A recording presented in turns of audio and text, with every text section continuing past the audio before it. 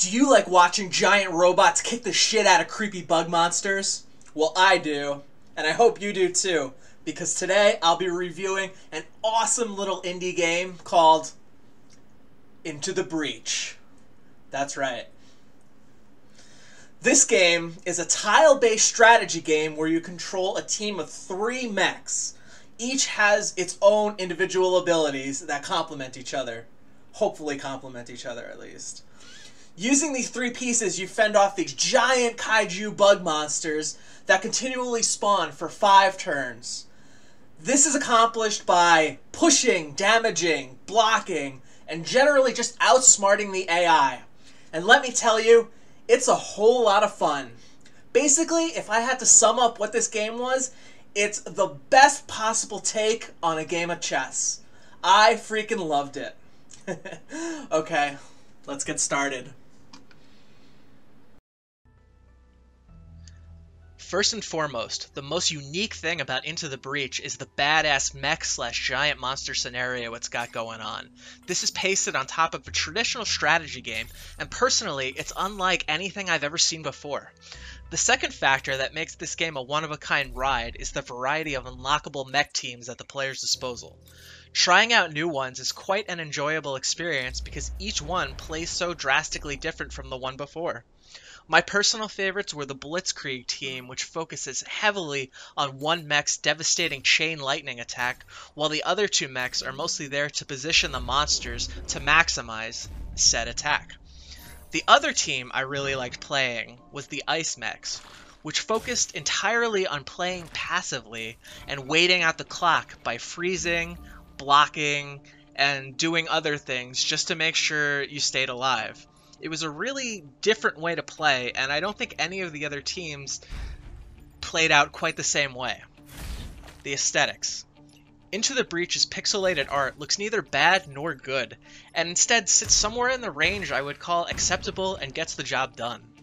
Some of the monster sprites I found don't look that great, but generally the mech teams do, and you can identify them easily at a quick glance.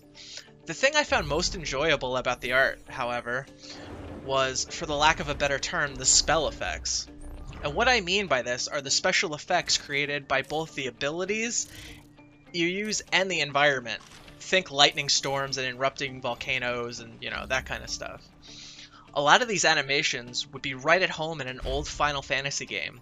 The rolling earthquake on the land tiles, for example, gives a nice feeling of nostalgia and totally reminds me of a black mage casting Quake or something, Just very, very cool animations. The sound.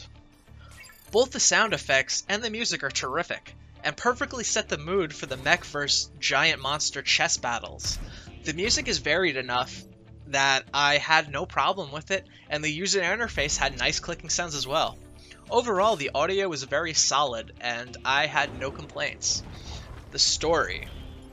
Into the Breach doesn't really have a story behind the initial concept, which is, monsters appear and time-traveling mech pilots go from timeline to timeline until they've properly wiped the monsters out and, flawless victory and all that. It's pretty basic stuff, but it serves a purpose, a specific purpose, which is mostly to explain why the mech pilots keep battling the same scenarios, despite both cities and pilots being destroyed or killed. So basically there's no story, but the initial concept does do a good job of explaining why you're doing the same thing over and over again, which most other games in the genre don't do. They just, expect you to accept it. So that's a nice little perk there. But this isn't a story game, so there's no story. That's okay. The gameplay.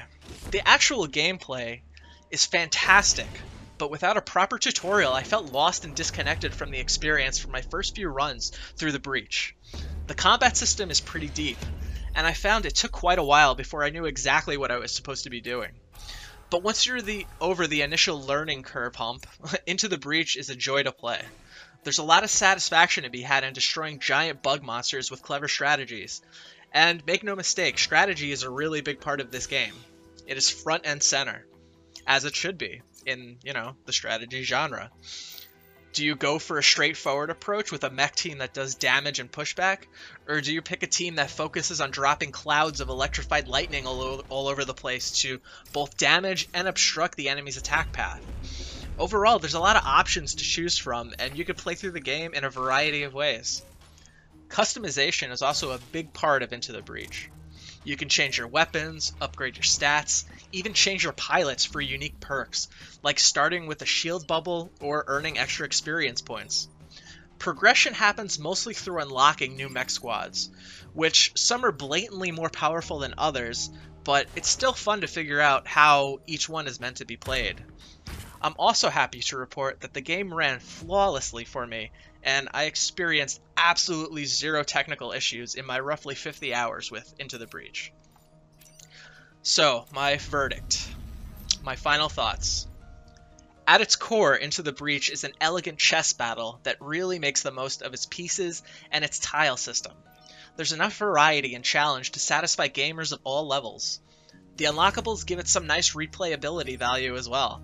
Even long after the credits roll, you'll find yourself coming back just to find a different way to play, and it's all exciting. It stays exciting for quite a while. But without a proper tutorial, players are kind of just thrown to the wolves, and this could be a bit frustrating. But for those that stay the course, they'll find a wonderful strategy game that impresses on pretty much every level. I'd recommend this game to anybody that's a fan of the strategy genre, and that's why I'm giving it a final score of 9 out of 10.